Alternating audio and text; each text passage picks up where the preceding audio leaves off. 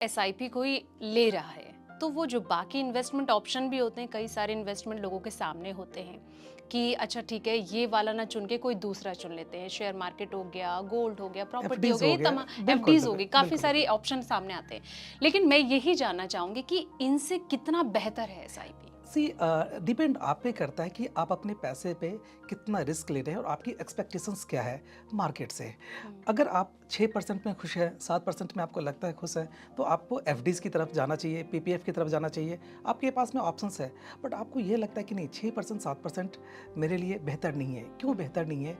अगर आप इन्फ्लेशन देखें तो 6 साढ़े 6% इन्फ्लेशन है, यानी जितना आप इंटरेस्ट अर्न कर रहे हैं उतना पैसा आपका इन्फ्लेशन में जा रहा है, यानी आपके पैसे में बढ़ोतरी बिल्कुल भी नहीं हो रही है। तो मुझे लगता है कि इन्फ्लेशन को बीट करने के लिए जो आपके पास ऑप्शंस है और सबसे बेहतर ऑप्शंस है वो है म्यूचुअल फंड्स। म्यूचुअल फंड्स में आप सिर्फ की तरह के थ्रू आप इन्वेस्ट कर सकते हैं। बिल्कुल। अगला मेरा यही सवाल कि ठीक है, अगर एसआईपी कोई ले रहा है तो उसके लिए मैक्स कितना अमाउंट होना चाहिए कि वो ये सोचे कि ठीक है इतना अमाउंट से मैं शुरुआत करता हूँ।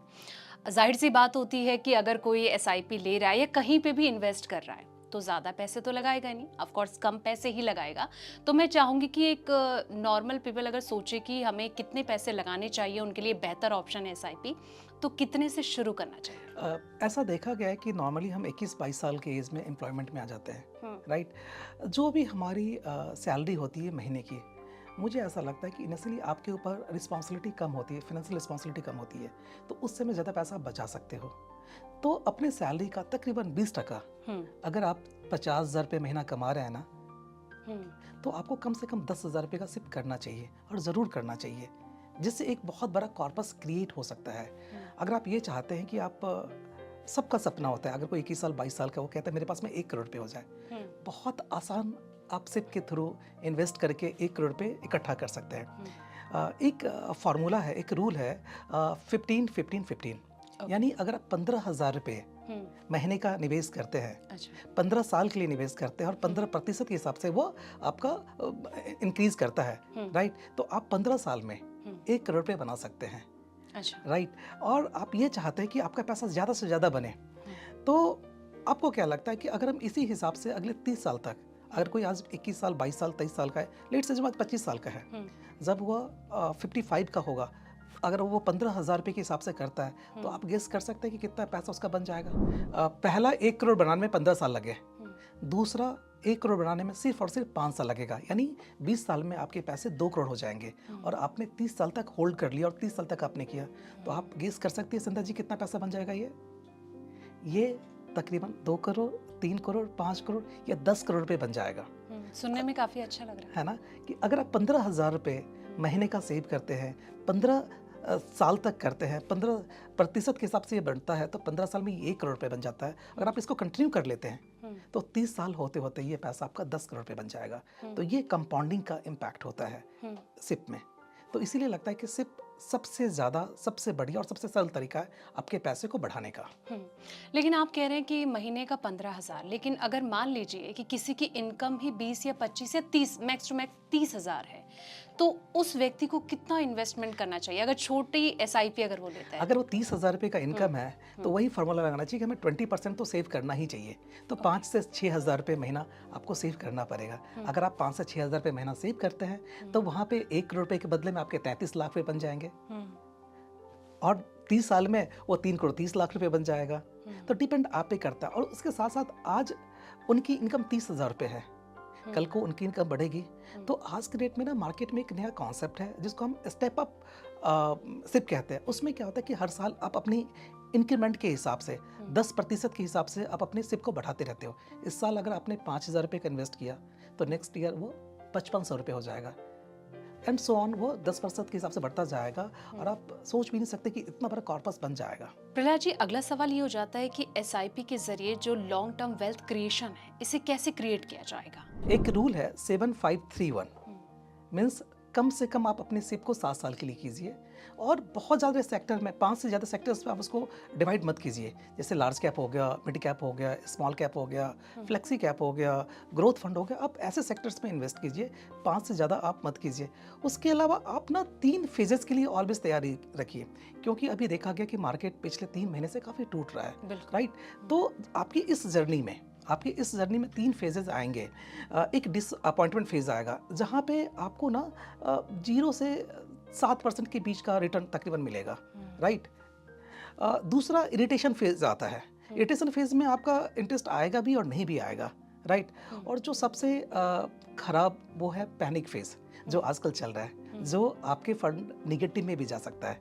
बिल्कुल। अगर आपने इस तीनों फेज को देख लिया तो एक कंफर्म है कि आपका पैसा बनेगा ही बनेगा। एंड लास्ट जो 7531 का, कि आप अपने पैसे को हर साल 10% के हिसाब से इन्वेस्ट कीजिए, और दोनों कंडीशंस में ना आपका पैसा बढ़ता है।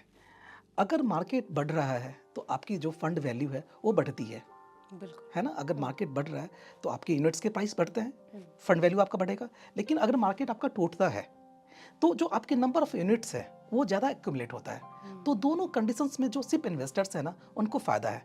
तो मुझे लगता है कि आपको, अगर आप क्रिकेट खेलते हैं तो पिच पे रहना ज़्यादा ज़रूरी है।